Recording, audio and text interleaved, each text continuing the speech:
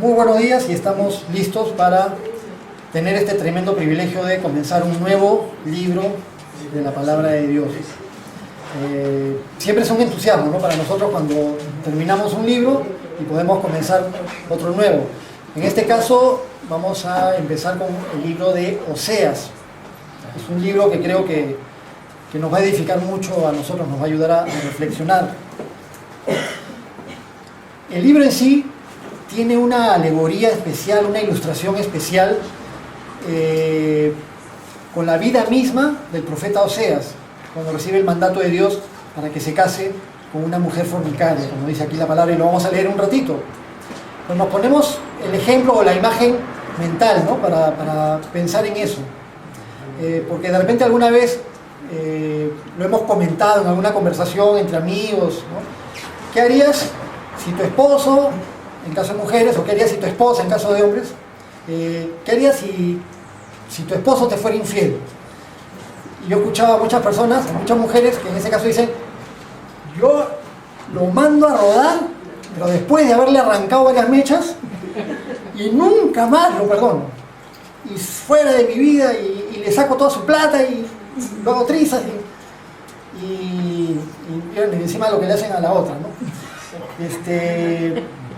Bueno, puede suceder en ambos casos, ¿no? A muchos varones en nuestra sociedad machista. ¿Qué harías si tu esposa te saca la vuelta? La mato, un balazo a ella y al esposo y al otro, ¿no? Pero ¿qué harías si tu esposo o tu esposa no solamente te fuera infiel, sino que fuera sumamente infiel, que se embarra en el lodo y se hunde en su impureza, en sus cosas más y más? Pero no solamente eso, sino que lo hace públicamente de una manera que te avergüenza totalmente, que todo el mundo sabe, que todo el mundo se entera, y no es secreto para nadie. Entonces, haciéndote pasar una tremenda vergüenza. ¿Harías algo de tu parte por sacarla o sacarlo de esa vida? ¿Le perdonarías? ¿Le tratarías de restaurar? ¿Tratarías de trabajar por rehacer una relación con esa persona? Nuestra mentalidad humana difícilmente puede asimilar ciertas cosas, pero Dios permite estas circunstancias en la vida del profeta Oseas para que nos sirva de ilustración con respecto a lo que sucede también en el plano espiritual. Por eso digo que es muy posible que en el transcurso de que vayamos estudiando el libro de Oseas nos vayamos sintiendo identificados con este libro, porque así como la esposa del autor del libro le fue infiel y el autor la buscó y hasta pagó para librarla y tenerla nuevamente, y la esposa tenía esa tendencia a volverle a fallar a su esposo y a volverse a ir, muchas veces nosotros, los seres humanos en general, pero a veces también los creyentes cristianos o el pueblo de Dios, le somos infieles a Dios de muchas maneras, ¿no? En la Biblia se nos enseña que todo aquello que nosotros antepongamos a Dios, que todo aquello o a toda persona que nosotros pongamos por encima de Dios o antes que Dios, se convierte en idolatría para nosotros, y son maneras de serle infiel a Dios. Cada día de nuestra vida de repente hay alguna manera en que le hemos sido infiel. Hay veces de repente en circunstancias más graves, a veces de repente en circunstancias menos graves, pero siempre la infidelidad a Dios es darle la espalda, no tomarle en cuenta,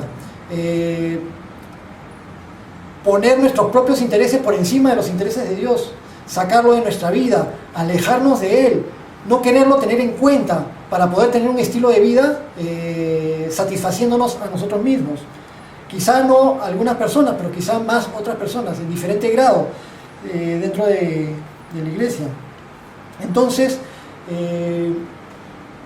cuando le fallamos a Dios, casi siempre le solemos fallar en el primer mandamiento. ¿Recuerdan el primer mandamiento en la lista de los 10 mandamientos que dice: no tendrás dioses ajenos delante de mí? Pero cuando ponemos cualquier cosa o a cualquier persona por encima de Dios, se convierte en un Dios ajeno delante de Dios. A veces de repente puede ser algo material, puede ser algo emocional, puede ser otra persona, pero a veces puede ser nuestras propias actitudes o nuestro propio carácter o nuestros propios intereses cuando decimos, no, pues las cosas son así, pero Dios qué piensa, Dios qué opina, no me importa, las cosas son así, y yo me enfrasco en mi propia manera de ver las cosas. Entonces queremos que este estudio, a través de el libro de Oseas, nos sirva, que lo apliquemos en nuestra vida, que sea una exhortación para nosotros, para que nos volvamos de todo corazón a nuestro Dios que nos ama, que siempre nos tiende los brazos con amor, de manera incondicional, que siempre está ahí, fiel, leal, listo para recibirnos. Entonces queremos estar para siempre bajo el cuidado y la tutela de Dios. No queremos alejarnos de Él, no queremos descuidarnos de su protección. Entonces, que sirva de aplicación para nuestras propias vidas. Como digo, de repente, como creyentes cristianos, quizás no nos hayamos sentido especialmente infieles a Dios, pero notemos que puede haber cualquier cosa, por pequeña que sea, que nos entorpezca un poco nuestra relación con Dios, tampoco lo queremos allí. El libro de Oseas toma el nombre, obviamente, del profeta Oseas, el autor del mismo libro. Un profeta que fue levantado por Dios aproximadamente en los años 700 y pico antes de Cristo, y que ministró en la zona de Israel, en el Israel antiguo, cuando Israel estaba dividido. El reino de Israel empezó primeramente como un reino, pero vamos a ir por partes. Los israelitas regresaron de Egipto, librados por Moisés, y llegaron a la tierra prometida. Fueron introducidos a la tierra prometida por Josué. Se distribuyeron en la tierra prometida en 12 tribus, las 12 tribus que eran las 12 familias descendientes de Jacob o Israel. Y vivieron durante 200, 300 años gobernados por jueces. No tenían un rey. Hasta que pidieron rey porque querían tener rey como todas las naciones alrededor de ellos. Y levantaron un rey, y Dios le permitió levantar un rey que se llamó Saúl. Y Saúl fue el primer rey que tuvo Israel, con el reino unificado con las 12 tribus. Entonces primero fue Saúl. Después de Saúl, Dios levantó a David, al famoso rey David. David también gobernó el reino unificado por 40 años, y luego, después de David, le siguió Salomón. Salomón también gobernó todo el reino de Israel unido en su máximo apogeo, en su máxima extensión, durante unos 40 años más. Pero después de Salomón, recuerden que cayó en apostasía y cayó en pecado, justamente en pecado espiritual. Se fue tras otros dioses por seguir a las esposas que tenía. Y Dios le dijo, tu reino va a ser dividido, pero por amor a tu padre David, no en tus días, pero sí en los días de tu hijo. Entonces cuando falleció Salomón y gobernó el hijo de Salomón, que se llamaba Roboam, en los tiempos de Roboam, algunas tribus de Israel le pidieron que les aminorara los impuestos, que les aminorara las cargas, y Roboam no quiso ceder a las peticiones de las tribus, y 10 tribus se rebelaron en contra de Roboam, y 10 tribus se abrieron y tuvieron su propio rey. Entonces, las 10 tribus que se separaron fueron las tribus del norte, y Roboam quedó con las tribus del sur. En el norte 10 tribus, y en el sur 2 tribus. Las del norte, casi todas las tribus de Israel, y en el sur solamente Judá con Benjamín. Y ahí se dividió el reino, y durante cientos de años estuvo el reino dividido. Por más de 200 años estuvo el reino dividido, el reino del norte, el reino del sur. En el reino del norte se siguió manteniendo el nombre de Israel. Entonces lo van a conocer así como el reino del norte o el reino de Israel. Y el reino del sur o el reino de Judá. 10 tribus y 2 tribus. Con el reino dividido es que las 10 tribus del norte se fueron tras otros dioses, se fueron en idolatría, se apartaron de Dios y tuvieron reyes que todos eran reyes pervertidos, sanguinarios, malvados, infieles a Dios.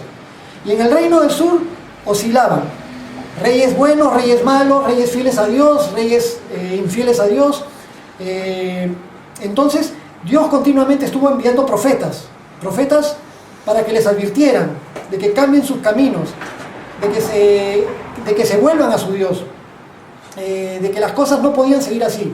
Entonces, desde el año 755 a.C. hasta el año 710, como 45 años, el profeta Oseas estuvo ministrando hacia las tribus del norte y del sur, y dejó esta profecía que habla acerca de lo que fue el pueblo de Israel para el Dios que les amaba y que les ama. Y también dirige la profecía hacia el reino del sur, que permaneció un poco más de tiempo. Vamos propiamente al libro, vamos a irlo leyendo y vamos a ir comentando. Hoy día vamos a hacer el capítulo 1. Oseas es el primero de los 12 profetas que son llamados los profetas menores. En la Biblia, cuando entramos a la zona de los profetas, tenemos a Isaías, Jeremías, Ezequiel, Daniel, que le llaman los profetas mayores, pero no es que sean profetas más grandes o mejores los profetas mayores y que los profetas menores sean inferiores o de otra categoría. Simplemente tomaron esa división, digamos, por la extensión de la profecía, porque los libros de los profetas menores son libros más cortos. Aunque en las Biblias cristianas el libro de Daniel tiene 12 capítulos y el libro de Oseas tiene también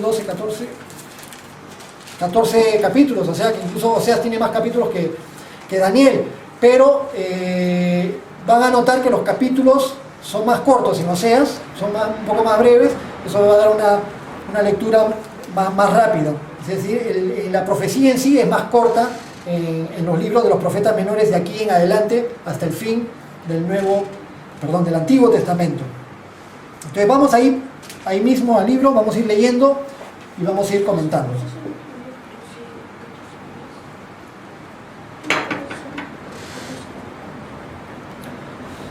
Oseas capítulo 1, desde el versículo 1, dice: palabra de Jehová que vino a Oseas, hijo de Beeri, en días de Usías, Jotam, Acaz y Ezequías, reyes de Judá, y en días de Jeroboam, hijo de Joás, rey de Israel. Noten que el primer versículo empieza diciendo palabra de Jehová que vino a Oseas. O sea que nosotros tenemos, Oseas, tenemos la certeza de que estamos estudiando la palabra de Dios. Por muchas circunstancias que encontramos en la palabra de Dios, los elementos proféticos, la exactitud histórica y muchas cosas más, pero además Dios mismo da testimonio en su palabra de que es palabra de Dios. Tenemos plena certeza de eso. El apóstol Pablo nos hace recordar en 2 Timoteo 3:16 que toda escritura es inspirada por Dios. Nosotros sabemos que desde Génesis capítulo 1 hasta Apocalipsis capítulo 22, toda es palabra de Dios, toda es palabra que nos edifica, toda palabra que leamos va a causar un efecto espiritual en nuestra vida. Es palabra de Dios, tenemos esta certeza. Mencionan a Oseas, hijo de Beeri. No se sabe mucho acerca de Oseas, todo lo que tenemos de Oseas es con respecto a lo que está escrito en este libro. No se sabe quién fue Beeri, pero el hecho de que mencionan fulano, hijo de tal, ya son elementos que nos hacen saber que estamos hablando de personajes reales y personajes históricos. Y la profecía de Oseas fue en un tiempo real, en el tiempo de vida de varios reyes del reino del sur, que es Judá, y de algunos reyes del reino del norte. Y mencionan acá Usías, Jotam, Acaz y Ezequías, reyes de Judá, y en días de Jeroboam, hijo de Joás, rey de Israel. O sea, te da un contexto histórico para que si tú revisas las escrituras y revisas Segunda de Reyes o Segunda de Crónicas, ahí puedes ubicar estos reyes y saber durante qué época fue exactamente que profetizó Oseas, como le dije, alrededor de entre el año 755 al 710 a.C. Dice el versículo 2: el principio de la palabra Jehová por medio de Oseas. Dijo Jehová a Oseas: ve, tómate una mujer fornicaria e hijos de fornicación, porque la tierra fornica, apartándose de Jehová.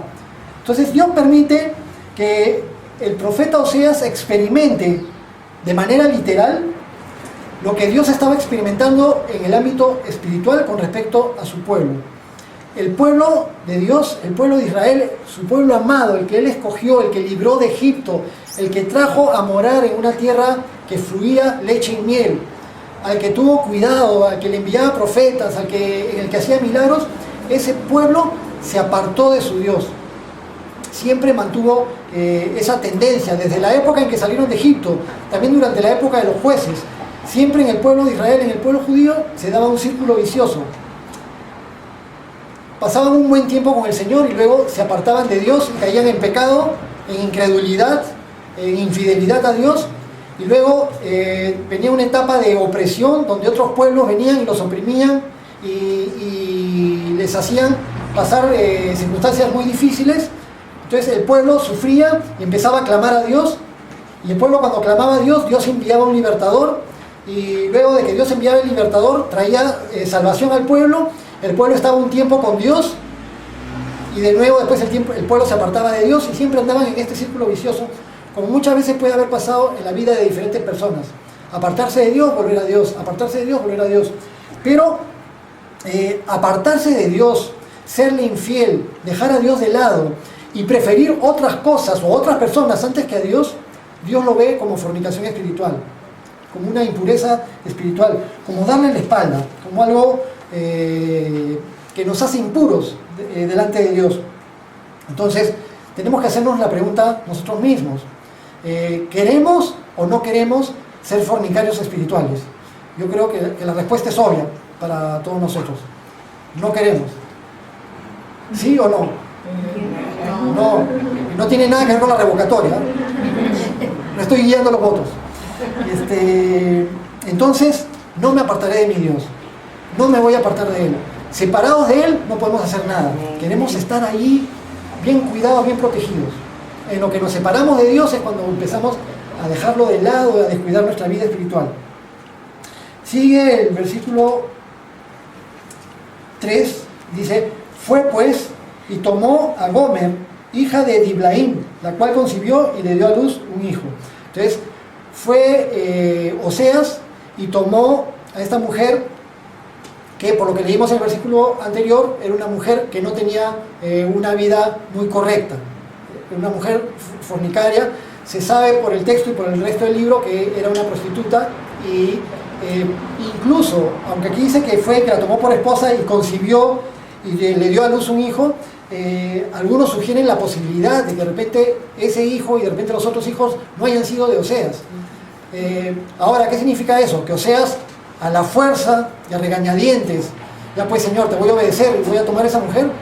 Es muy probable que Oseas se haya enamorado con sinceridad de Gomer, que para él haya sido linda, que para él era rescatable, que él veía esperanza de que podía cambiarla, de que podía hacer algo bueno en su vida. Entonces fue obediente a Dios y tomó a Gomer, hija de Diblaim, y ella concibió y le dio a luz un hijo, el primer hijo.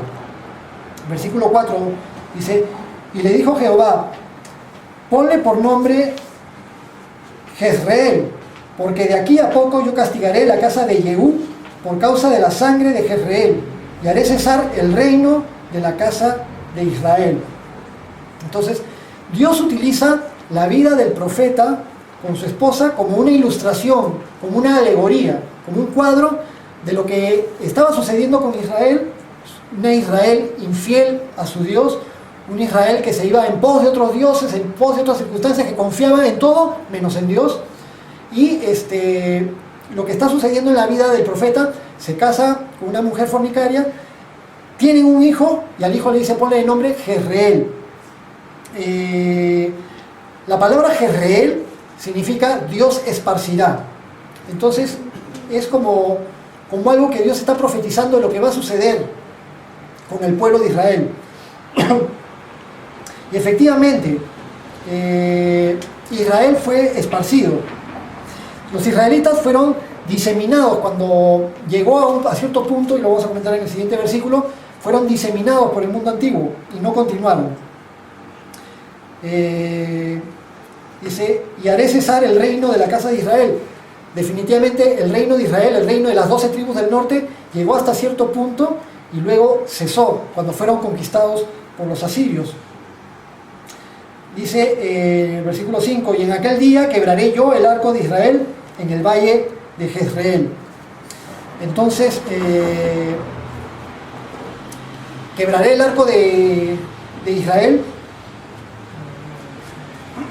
menciona de que todo el poderío militar y la confianza que tenían en su ejército iba a terminar. Había una zona en Israel, en el norte de Israel, desde el río Jordán al sur del mar de Galilea y hacia la zona del mar Mediterráneo, un valle enorme, grande y extenso, que es el valle de Jezreel, que hasta en la actualidad es impresionante cuando se ve ese campo tan grande.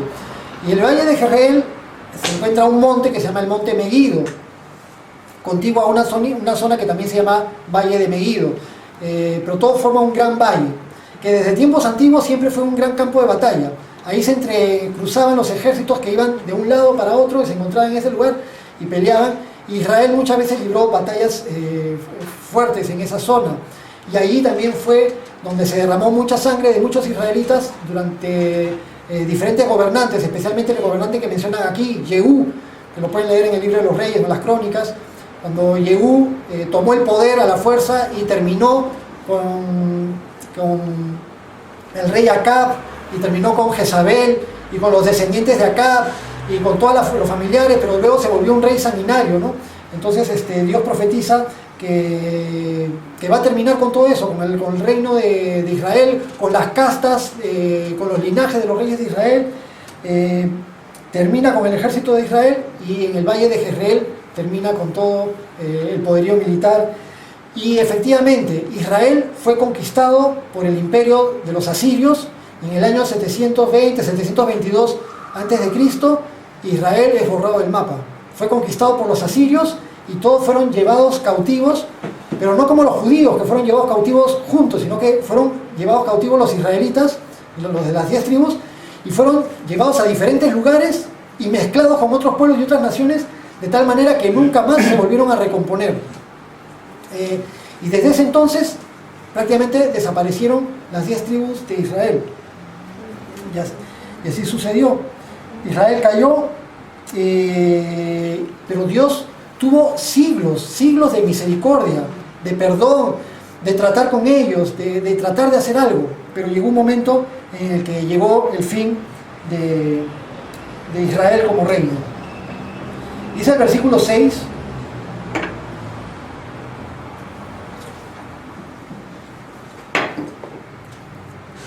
concibió ella otra vez y dio a luz una hija, y le puso por nombre, dio a luz una hija, y le dijo Dios: ponle por nombre Lo-Ruhama, porque no me compadeceré más de la casa de Israel, sino que los quitaré del todo.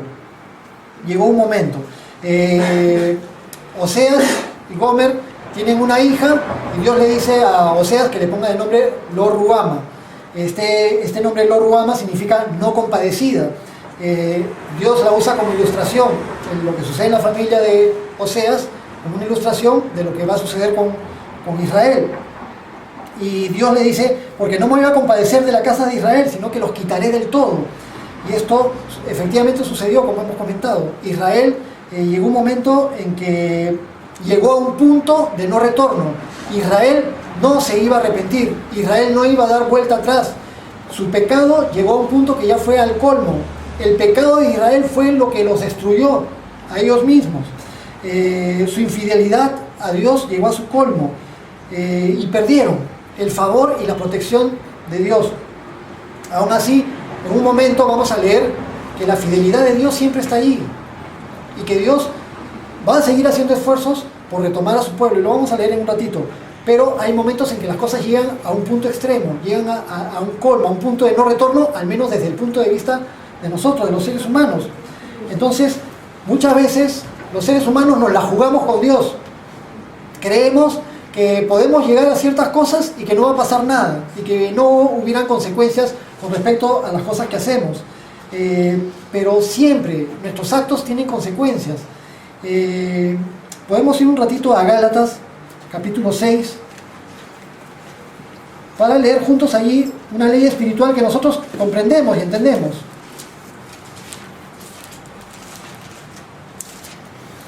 Gálatas capítulo 6. Gálatas 6:7, el apóstol Pablo dice: no os engañéis, Dios no puede ser burlado, pues todo lo que el hombre sembrare, eso también segará. Porque el que siembra para su carne, de la carne segará corrupción, mas el que siembra para el Espíritu, del Espíritu segará vida eterna.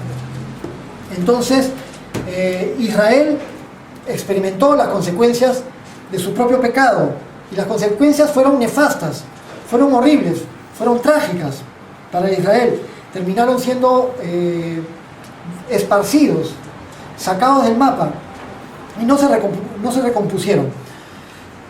Lo que siembra se cosecha cuando no hay arrepentimiento. Cuando no hay arrepentimiento. Entonces, ¿qué queremos hacer nosotros de nuestras propias vidas? No queremos ser necios, queremos ser sabios. No queremos llegar a los puntos donde tengamos que sufrir las consecuencias de nuestro propio pecado. Entonces, cuando detectamos que algo no está bien en nuestra vida, ¿qué es lo que debemos hacer? Arrepentirnos. ¿Y acaso cuando nos arrepentimos, Dios no es un Dios perdonador, un Dios misericordioso, que se enternece en alguien que está llorando y sufriendo por haberle fallado? Y Dios es así, tierno y amoroso.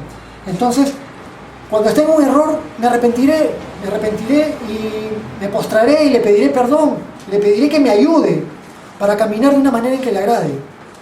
Pero no me la quiero jugar con Dios.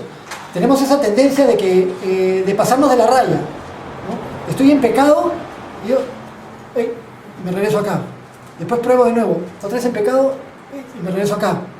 ¿Ves? No me pasa nada, ya me quedo acá, más tiempo. Cuidadito, vuelvo a los caminos. ¿Ves? No pasa nada, y cada vez me siento más cómodo transgrediendo, hasta que de repente pasa. Después cuando pasa, viene un tiempo muy difícil. No queremos llegar a ese punto. Versículo 7. Sigue la profecía diciendo el Señor: mas de la casa de Judá tendré misericordia, y los salvaré por Jehová su Dios. Y no los salvaré con arco, ni con espada, ni con batalla, ni con caballos, ni con jinetes. Entonces, el mismo imperio asirio que había conquistado Israel, que había arrasado Israel del mapa, que había llevado a todos los israelitas cautivos, que los había diseminado y puesto en diferentes lugares, en Mesopotamia, en Moab, en otros sitios, y los había mezclado con otros pueblos, de tal manera en que hubiera una mezcolanza que no les permitiera recomponerse, y nunca se recompusieron. Incluso en Samaria, con el paso de los siglos, se formó una sociedad mixta con una religión mezclada que llegó hasta los días de Jesús, y por eso es que los judíos le tenían tanto desprecio o menosprecio a los samaritanos, y nunca se recompusieron. Sin embargo, el mismo ejército asirio, en el paso de los años, trataron también de conquistar el reino del sur, trataron de conquistar Judá, y vino los ejércitos asirios y rodearon Jerusalén y sitiaron Jerusalén, el ejército del rey Senaquerib.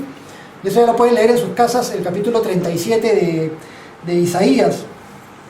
En el año 701 a.C., Senaquerib estaba ahí rodeando Jerusalén, y se nos dice en Isaías y también en los escritos en Según de Reyes, que cuando estaba el ejército ahí alrededor de Jerusalén, el capitán o el general de Senaquerib habló a gritos hacia el muro de Jerusalén, diciéndoles: no le hagan caso a su rey, no le hagan caso a Ezequías. Ezequías le dicen que confíen en Jehová, pero Jehová no los va a librar. ¿Acaso todos los pueblos que hemos conquistado han sido salvados por sus propios dioses? Hasta Samaria ha sido defendida por Jehová. ¿Y ustedes creen quién es Jehová para que los defienda ustedes? Confíen en nosotros, entréguense a nosotros y van a poder sembrar la tierra y les va a ir bien y no les va a pasar nada. Pero no confíen en lo que dice Ezequías y no confíen en Jehová. Entonces los emisarios de Ezequías desde el muro se rasgaron la vestidura, fueron donde el rey, le contaron al rey Ezequías se rasgó las vestiduras y fue y se puso a orar delante de Dios, pidiéndole a Dios su intervención. Y Dios le habló a través del profeta Isaías y le dijo de que no se preocupe, de que Dios iba a intervenir. En el transcurso de una noche, de un día a otro, dice la palabra que pasó el ángel de Jehová por el campamento de los asirios, y en una noche murieron 185,000 personas del ejército asirio. Y de manera milagrosa intervino Dios por amor a Judá, al reino del sur, porque tenían un rey que se postraba a orar, a pedir misericordia de Dios. y Dios trajo esta liberación. Y esta liberación ya había sido profetizada desde los tiempos de Oseas. A la casa de Judá tendré misericordia y los salvaré por Jehová, su Dios, y los salvaré, y no los salvaré con arco, ni con espada, ni con batalla, ni con caballos, ni con jinetes. Entonces la intervención divina de Dios para salvar. Hay muchas veces que nosotros queremos confiar en nuestras propias fuerzas, en nuestra propia manera de hacer las cosas, pero es mejor confiar en el poder de Dios para liberar. Cuando Dios interviene, las cosas las hace contundentes, maravillosas, sobrenaturales, y es mucho mejor confiar en Él que confiar en mis propias fuerzas, que confiar en mis propios recursos. Cuanto más dependiente soy de Dios, más fuerte soy. Como el apóstol Pablo decía, ¿recuerdan? Cuando soy débil, soy fuerte. Porque cuando somos débiles, nos volvemos dependientes de Dios. Y ahí está nuestra fortaleza. Versículo 8 dice: después de haber destetado a Lo-Ruhama, concibió y dio a luz un hijo. Y dijo Dios: ponle por nombre Lo-Ammi, porque vosotros no sois mi pueblo, ni yo seré vuestro Dios. Entonces, el rechazo de Israel hacia su Dios llegó a su colmo, y eso le dolió en su corazón a Dios. Y Dios hace una ilustración de esto cuando nace el tercer hijo de Oseas, y le dice: ponle de nombre Lo-Ammi, porque Lo-Ammi significa no pueblo mío, no es mi pueblo. Dice: porque ustedes no son mi pueblo, ni yo seré vuestro Dios. Entonces, Dios nunca rechaza a nadie que se arrepiente y que viene hacia Él. Jesús dijo: quien viene a mí, yo no le echo fuera. Entonces, cuando todo ser humano o una nación se vuelcan hacia Dios, Dios no lo rechaza. Pero lo que Dios rechaza es la falta de arrepentimiento. Dios rechaza la autosuficiencia, el orgullo y la soberbia de aquellos que creen que no necesitan a Dios para nada. Dios rechaza el pecado, la impureza, la maldad de los seres humanos, la maldad de los seres humanos que le dan la espalda. Entonces, Dios le dice a Israel: tú ya no eres mi pueblo, ni yo seré tu Dios. Nosotros no quisiéramos nunca escuchar eso con respecto a nosotros, ¿no? Al revés, todo lo contrario. Yo quiero ser del pueblo de Dios. Le doy gracias a Dios que por medio de su Hijo Jesucristo me vuelvo también espiritualmente descendiente de Abraham y soy de su pueblo. Y siempre quiero que Él sea mi Dios. No quiero que otra cosa, ni nada, ni nadie sea mi Dios antes del Creador del universo. No quiero que mi auto sea mi Dios. No quiero que mi trabajo sea mi Dios. No quiero que mi dinero sea mi Dios. No quiero que la persona de la que me enamoro sea mi Dios. No quiero que ningún vicio ni ninguna debilidad sean mis dioses. Solo quiero que el Creador sea mi Dios, y las otras cosas, las añadiduras, ponerlas en el lugar apropiado, en la prioridad apropiada. Es cierto que hay cosas que son necesarias en la vida, Dios sabe, pero primero Dios por encima de todo, luego viene lo demás, ¿no? Mi familia, mi trabajo, la iglesia, todas las cosas importantes que tenemos, todas las cosas puestas en su debida prioridad. Cuando tenemos una vida ordenada con el Señor nos bendice, y nos bendice en todos los aspectos emocionales, y también en los aspectos de la bendición material también, y nos da el pan de cada día y las cosas que necesitamos. Pero no queremos darle tanto y tanto y tanto la espalda a Dios, que llegara a un punto en el cual dijera: tú no eres mi pueblo, ni yo soy tu Dios. Recuerden que Dios quiere ser el Señor del 100% de nuestra vida. O Dios es el Señor de todo, o no es Señor de nada. Él no quiere a medias. Él no acepta a medias. Él quiere nuestra completa entrega hacia Él. Y así se la queremos dar al Señor. Continuamos con el versículo 10. Dice: con todo, será el número de los hijos de Israel como la arena del mar, que no se puede medir ni contar. Y en el lugar donde les fue dicho: vosotros no sois pueblo mío, les será dicho: sois hijos del Dios viviente. Entonces, a pesar de todo, a pesar de la tragedia nacional y de lo que sucedió con Israel, y de que fueron conquistados por Asiria, y que fueron borrados del mapa y que fueron diseminados por el mundo, a pesar de todo eso, Hay una promesa de parte de Dios, una promesa que Dios le hizo a Abraham. ¿Recuerdan en Génesis? Te bendeciré, serás padre de muchedumbres, tu descendencia será tan numerosa que no podrá ser contada, así como no puedes contar ni la arena del mar, ni las estrellas del cielo, tu descendencia no podrá ser contada. Y Dios se acuerda de su promesa a Abraham, y el amor a todos aquellos a quienes le prometió, a Abraham, Isaac, Jacob, y posteriormente a tantas personas que le amaron y que se fueron fieles a Dios. Y Dios, en su misericordia y en su fidelidad, va a volver a tratar con el pueblo de Israel. Va a tratar con su pueblo y lo va a recomponer. En la actualidad sabemos que los judíos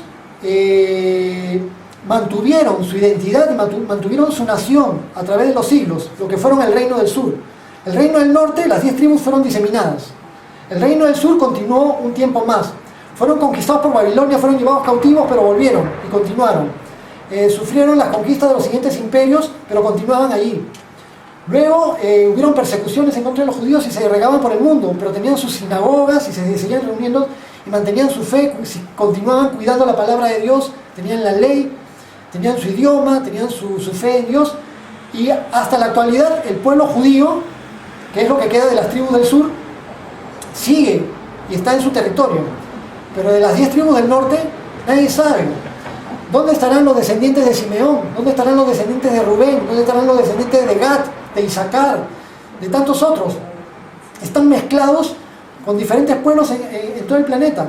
Pero sin embargo, cuando leemos Apocalipsis capítulo 7, ahí vemos que Dios levanta a 144.000 escogidos. Y si estos 144.000, de estos 144.000 son 12.000 de cada tribu de Israel. ¿Y de dónde salen estos 12.000 de cada tribu? Dios lo sabe todo. Y Dios sabe quiénes son de Gad, quiénes son de Aser, quiénes son de Rubén, en dónde están. Si están por Rusia, por Italia, por China, en diferentes partes del mundo, en Perú, en Bolivia, en donde estén, va a recomponer a la nación de Israel. Esa recomposición la vemos en el libro de Apocalipsis. Entonces vemos que a pesar de todo Dios va a ser fiel a su promesa y Dios va a tener misericordia. Entonces Dios va a recomponer a su pueblo. Es una promesa que está acá en el libro de Oseas. Así como le prometió a los judíos que los iba a volver a juntar, ya lo cumplió con los judíos y los ha vuelto a juntar en su país. Y desde 1948 los judíos son una nación con territorio, lo que no tenían durante tantos siglos. Lo mismo ha prometido en un futuro, va a recomponer a Israel. Entonces tengamos esperanza también, porque nosotros acá estamos y seguimos adelante. Tenemos nuestros bajones, nuestras subidas, momentos en los cuales nos sentimos mal porque sentimos que le hemos fallado al Señor, pero nos arrepentimos y seguimos adelante. Pero a veces vemos otras personas que se han apartado de los caminos del Señor, que le han dado completamente la espalda, que no quieren saber nada con Dios, pero sabemos que Dios es poderoso para poder recomponer, para poder levantar. Si en mi vida algo hubiera sido estropeado por causa del pecado, porque a veces yo sé la verdad con respecto a mí mismo, cada uno conoce la verdad consigo mismo, y sabemos si por consecuencia de nuestros pecados algo se estropeó, algo se malogró, o algo fue tirado al suelo. El Señor lo puede recomponer. Cuando nos arrepentimos, cuando le entregamos nuestro amor, le entregamos nuestro corazón, cualquier cosa que haya sido derrumbada, cualquier cosa que se haya estropeado, el Señor lo puede arreglar y lo puede recomponer. Y nosotros confiamos en que el Señor me va a recomponer en todo aquello que necesite ser recompuesto. Pero yo necesito arrepentirme, necesito pedirle perdón, necesito pedirle restauración y ayuda de Él para poder caminar de una manera en que le agrade, de una manera fiel a Él. Y termina el capítulo 1 con el versículo 11, que dice: y se congregarán los hijos de Judá y de Israel, y nombrarán un solo jefe, y subirán de la tierra, porque el día de Jezreel será grande. Y esto está hablando acerca del futuro. Dice: se reunirán los hijos de Judá y los hijos de Israel. Todo el pueblo judío, todo el pueblo israelita completo, las 12 tribus, van a volver a ser juntadas por Dios. Dios va a recomponer a su pueblo. Dice: y nombrarán un solo jefe. Y está hablando de aquel día cuando Jesucristo venga por segunda vez y todos los judíos y todos los israelitas reconozcan a su Mesías, a su Salvador, a Yeshua HaMashiach, al Salvador de la humanidad, al Salvador del pueblo de Israel. Cuando Jesucristo venga victorioso por segunda vez, y Jesucristo va a llegar justamente a ese lugar del que hemos estado leyendo, el Valle de Jezreel. En el Valle de Jezreel, donde está el monte Megido, ahí se va a dar una batalla donde en un tiempo futuro se van a juntar muchos ejércitos, los ejércitos del anticristo y algunos ejércitos que se le van a oponer y en persecución hacia los judíos. Después del tiempo de gran tribulación que va a haber durante 7 años aquí sobre la tierra, después de ese tiempo de gran tribulación se van a juntar varios ejércitos en el Valle de Jezreel. Y en ese Valle de Jezreel va a haber una circunstancia tremenda cuando Jesucristo venga por segunda vez y acabe con todos esos ejércitos que van a estar allí, así como en los tiempos de Sennacherib, el ángel de Jehová acabó con 186,000 hombres en un momento. Pero a partir de ese momento Dios va a tratar con su pueblo y la victoria va a ser grande y Dios va a regenerar, va a limpiar y el planeta Tierra va a ser gobernado directamente por nuestro Salvador, por Jesucristo. Y ahí va a empezar el día grande del Señor y lo que estamos esperando, ¿no? Un mundo diferente, un mundo gobernado como debe ser, un mundo donde va a haber verdadera justicia, donde Dios va a estar aquí con nosotros, donde Jesucristo va a continuar siendo nuestro Emmanuel, Dios con nosotros. Entonces, leemos siempre circunstancias trágicas en este primer capítulo de Oseas, circunstancias trágicas con respecto al pueblo de Israel, pero siempre en una circunstancia trágica siempre hay una voz de esperanza, porque el Señor siempre está ahí, fiel, misericordioso y amoroso, para recomponer, para restaurar y para volver a sacar adelante cuando hay verdadero arrepentimiento y cuando las personas reaccionan. Y eso es lo que esperamos de nosotros, si le fallamos a Dios, reaccionar, y aquellos que le dan espalda a Dios, ayudarlos y tratar de llevarlos a que reaccionen con nuestras oraciones, con nuestra ayuda, con estar allí para hablar con aquellas personas que se han apartado del Señor. Entonces, de hoy día vamos a recordar un poco que no queremos ser fornicarios espirituales, no queremos darle la espalda a Dios, no queremos apartarnos de nuestro Dios bajo ninguna circunstancia. Tampoco queremos ser necios y continuar viviendo en una circunstancia pecaminosa que traiga consecuencias a nuestras propias vidas, consecuencias de sufrimiento a nuestras propias vidas.